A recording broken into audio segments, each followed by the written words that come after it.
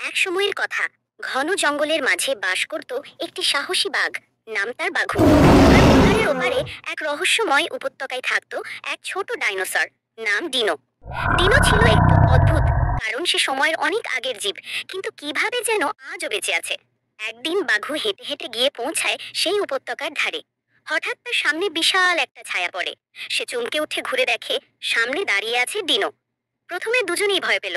Dino ভাবলো, এই বাঘটা কি আমাকে খেয়ে ফেলবে? আর বাঘু ভাবলো, এই বিশাল জন্তুটা কি আমাকে পিষে ফেলবে? কিন্তু যখন তারা পরস্পরের চোখে চোখ রাখলো, তখন তারা বুঝতে পারলো কেউ কাউকে আঘাত করতে চায় না। সেই দিন থেকেই শুরু হলো এক অদ্ভুত কিন্তু মজার বন্ধুত্ব।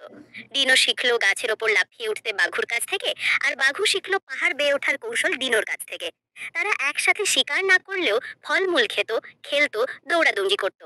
কিন্তু একদিন জঙ্গলে আগুন লাগলো। সব প্রাণী ছুটে পালাতে লাগলো। বাঘু ডিনোর পিঠে চড়ে সব ছোট প্রাণীদের পাহাড়ের ওপারে নিরাপদ স্থানে নিয়ে গেল। তারপর ডিনো বাঘুকে বলল, বন্ধু, তুমি না থাকলে আমি কাউকে বাঁচাতে পারতাম না। বাঘু হাসলো, তুই না থাকলে আমি নিজেই পুড়ে যেতাম। অন্য সব প্রাণীরাও তখন বুঝলো, ভিন্ন রকম হলেও সত্যিকারের বন্ধুত্ব গড়ে ওঠে ভালোবাসা আর সাহায্যের উপর। আর সেই জঙ্গল জুড়ে রয়ে গেল বাঘু আর ডিনোর বন্ধুত্বের এক চিরস্মরণীয় গল্প।